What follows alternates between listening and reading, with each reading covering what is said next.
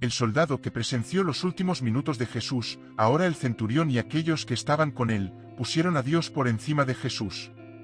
Al presenciar el terremoto y los sucesos, se llenaron de temor y asombro, exclamando, verdaderamente, este era el Hijo de Dios. Mateo 27, 53-54, Biblia amplificada. Era el momento en el que el deber del centurión era asegurarse de que la crucifixión se llevase a cabo correctamente, sin complicaciones.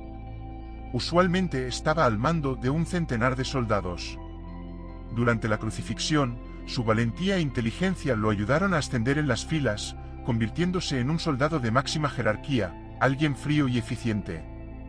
Sin embargo, ese día, al presenciar el evento más destacado de su carrera, la escena de la crucifixión de Jesús fue tan conmovedora que incluso un endurecido centurión romano reconoció que este era el Hijo de Dios. Aquel reconocimiento indicaba que Jesús era inocente del crimen por el que estaba siendo castigado. El centurión debió sentirse abrumado por un torbellino de emociones, al darse cuenta de que había supervisado la crucifixión de un hombre inocente. Sus palabras no eran las de un recluta temeroso, ni las de un soldado fácilmente influenciable, sino las de un veterano curtido, acostumbrado a presenciar innumerables muertes terribles por las cuales era responsable. Jesús estaba en la cruz por una razón específica y el centurión, al entender eso, debió sentir una mezcla de sorpresa y compasión. No eran simples palabras susurradas por temor, sino reflexiones profundas de alguien que había sido testigo de innumerables ejecuciones y sentencias. Era consciente de la fuerte condena de los líderes religiosos judíos que pusieron a Jesús en la cruz por blasfemia, una orden que él, como soldado, debía obedecer, pero el centurión dejó de lado esa condena y proclamó la afirmación de Jesús. ¿Por qué? Porque los argumentos a favor de Cristo eran abrumadores.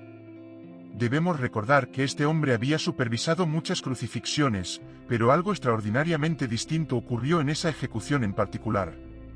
¿Qué vio él? Escenas de los eventos del juicio, el arresto y la crucifixión de Jesús, combinadas en un relato conmovedor. La respuesta de Jesús ante la injusticia impuesta por su propio pueblo, a través de los arrestos y juicios, tocó profundamente el corazón del centurión. En esa experiencia única, presenció la fortaleza y la compasión de un hombre dispuesto a soportar tal sufrimiento por los demás. Desde ese momento, la vida del centurión jamás volvería a ser la misma. ¿Qué fue tan impactante que lo hizo cuestionar todo en lo que creía? La Biblia nos narra la historia, pero el misterio detrás de ese cambio de corazón sigue siendo intrigante hasta hoy. Este hombre seguramente había supervisado muchas crucifixiones. El sumo sacerdote se levantó y dijo a Jesús, ¿no vas a responder? ¿Qué es lo que estos hombres testifican contra ti? Pero Jesús permaneció en silencio. Entonces, el sumo sacerdote le dijo, te conjuro por el Dios vivo, dime si tú eres el Cristo, el Hijo de Dios. Jesús respondió, tú lo has dicho. Y te digo más, no importa lo que hagas conmigo ahora o en el futuro, me verás revelado como el Hijo del Hombre, sentado a la diestra del poder y viniendo en las nubes del cielo. Mateo 26, 62-64. Esa podría haber sido la respuesta de Jesús ante la tortura que sufrió a manos del centurión y sus hombres. Entonces, los soldados del gobernador llevaron a Jesús al pretorio y reunieron a su alrededor a toda la cohorte romana. Lo desvistieron y le pusieron un manto escarlata, como si fuera un manto real. Luego, tejieron una corona de espinas y la pusieron en su cabeza y le entregaron una vara en su mano derecha, como un cetro. Arrodillándose ante él, se burlaron, diciendo, «Salve, Rey de los judíos». Lo escupieron y tomaron la vara, golpeando repetidamente su cabeza. Tras burlarse de él, le quitaron el manto escarlata y le vistieron con sus propias ropas, y lo llevaron para crucificarlo. Mateo 27, 27-31. ¿Cuál habría sido la reacción de Jesús ante tanto desprecio y violencia? Podemos pensar en la dignidad con la que Jesús enfrentó el linchamiento que exigía su sangre, como un cordero en silencio frente al matadero.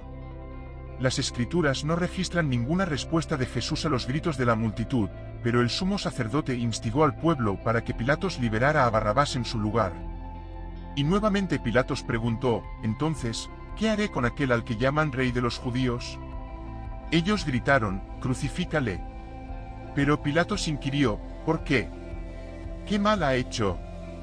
Sin embargo, gritaron aún más fuerte: «¡Crucifícale!».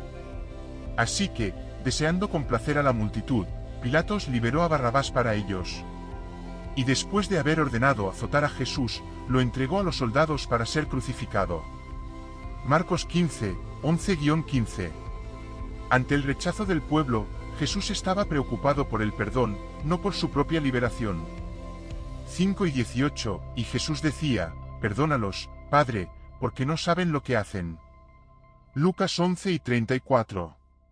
Incluso frente a aquellos que lo rechazaron y a los soldados que lo crucificaron, incluido el centurión, la respuesta de Jesús fue de perdón. Su corazón desbordaba de compasión y misericordia, incluso en el momento más oscuro y doloroso. Esta actitud intrigante y desafiante nos lleva a reflexionar sobre el poder y la profundidad del perdón divino. Pues no sabían lo que hacían, y echaron suertes, dividiendo las vestimentas de Jesús entre ellos mientras jugaban por sus pertenencias. La preocupación de Jesús era por su perdón, no por su propia evasión. ¡Qué declaración tan poderosa! Mateo 27, 35-36. Y cuando lo crucificaron, repartieron sus ropas echando suertes. Luego se sentaron y lo vigilaban allí para evitar cualquier intento de rescate. Pero si todo esto no lo convencía, vio algo más. Vio la respuesta de la creación. Fuimos testigos del terremoto y de las rocas partidas. La misma naturaleza se estremeció con la muerte del Hijo de Dios. Los corazones humanos no respondieron a los angustiados gritos del Redentor muriendo, pero las rocas sí lo hicieron. Las rocas se rompieron. No murió por las rocas, pero las rocas demostraron ser más sensibles que los corazones de los hombres por los cuales derramó su sangre. Spurgeon lo dijo: «Hubo una densa oscuridad sobre toda la tierra, y la escritura se cumplió». Amós 8, 9, Biblia amplificada. En aquel día, dice el Señor Dios, haré que el sol se ponga al mediodía y oscureceré la tierra a plena luz del día. Las personas que tantas veces exigieron a Cristo una señal desde el cielo ahora tenían una, pero que significaba el oscurecimiento de sus propios ojos. En ese momento de la tarde, serían las 12 horas, y la oscuridad continuaría hasta la 9ª hora, que serían las 15 horas. Esta oscuridad sobrenatural ocurrió cuando el sol brillaba con más intensidad, ya que la luna estaba llena. No podría haber sido un eclipse, pues no es posible que algo intervenga entre la Tierra y el sol durante la luna llena. Sin duda, la rápida intervención de Dios trajo esa oscuridad. El conocimiento astronómico en esa época era rudimentario. Phlegon también menciona un terremoto, lo que alinea su relato estrechamente con el registro sagrado. La criatura no soportaba la injusticia cometida contra su creador, y por eso el sol retiró sus rayos para no presenciar los actos de los impíos. La oscuridad, sucediendo en un momento tan crítico, podría significar varias cosas. Primero, la oscuridad estaba asociada con la antigüedad y con el luto. También se relacionaba con la muerte de grandes hombres. Tanto los lectores gentiles como los judíos podrían interpretar la oscuridad como una señal cósmica.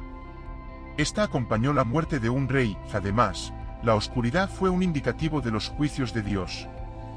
Las tumbas se abrieron y muchos cuerpos de los santos, el pueblo de Dios que había dormido en la muerte, fueron resucitados y salieron de las tumbas después de su resurrección.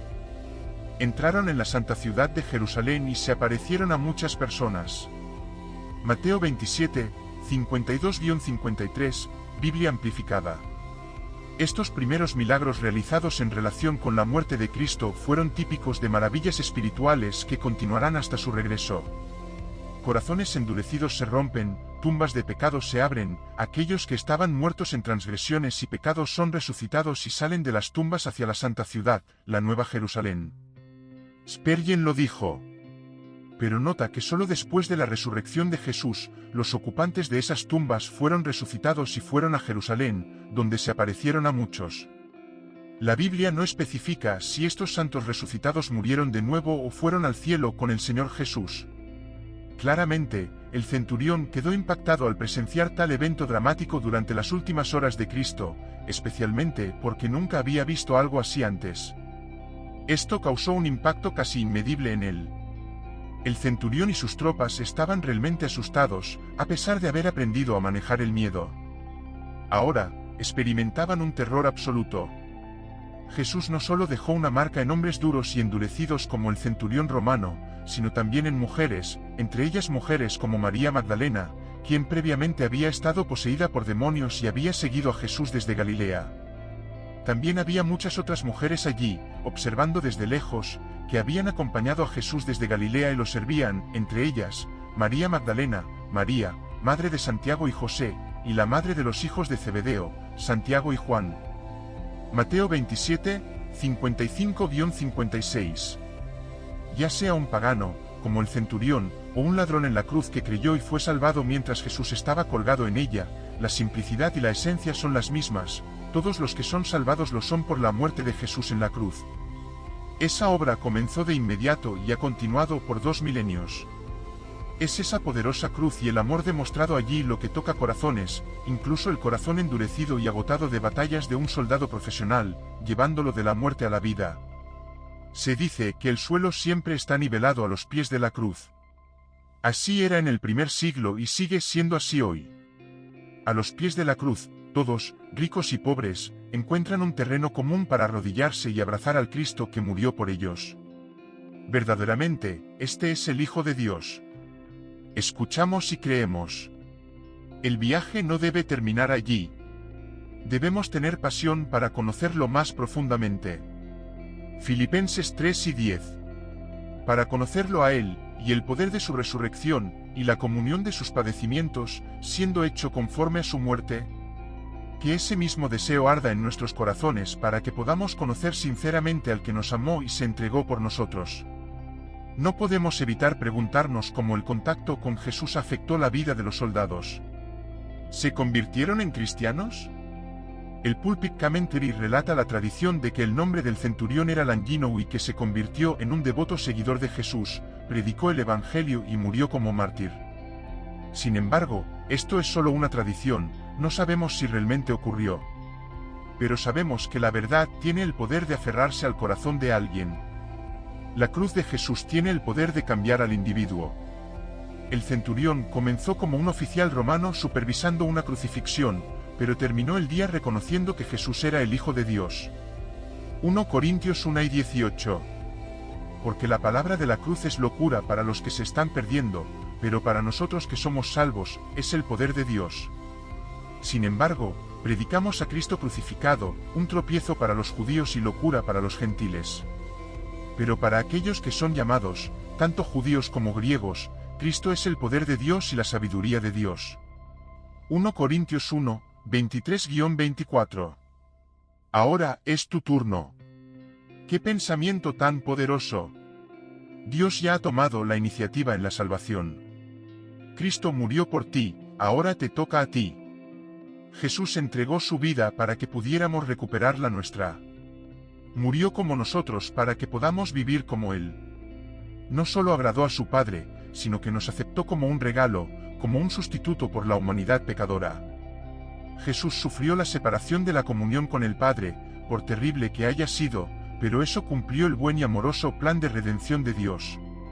Un poema clásico, entronizado en el terrible árbol, de John Ellington en 1875, declara, entronizado en el temible madero, Rey del dolor, te miro contigo, la oscuridad oculta tu rostro afligido, nadie puede entender qué desconocidos tormentos te deprimen, silencio y soledad, solo, en silencio durante esas 3 temibles horas, luchando contra la pálida maldad, quedando solo con el pecado humano, oscuridad a tu alrededor y dentro de ti, hasta que llegue el momento destinado, hasta que el Cordero de Dios pueda morir, espiritualmente muertos, porque lo rechazan.